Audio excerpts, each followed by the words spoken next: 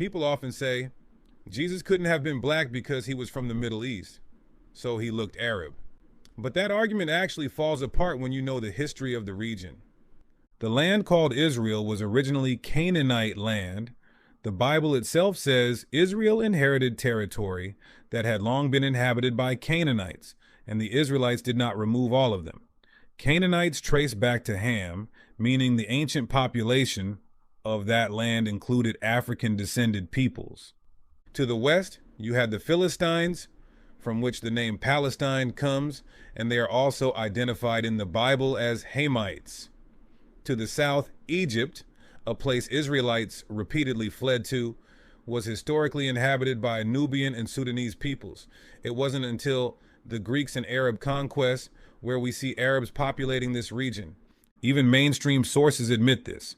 The Zondervan Bible Dictionary traces Canaan, the Hittites, the Amorites, and the Philistines back to Ham through his son Canaan.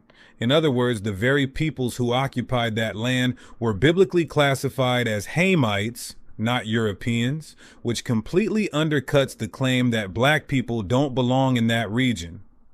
So the Middle East was never an exclusively non-black space. African descended nations were deeply rooted there for thousands of years. That's why it's historically weak to say Jesus couldn't be black just because he came from the Middle East. That region itself has always been multiracial and heavily shaped by Hamitic peoples.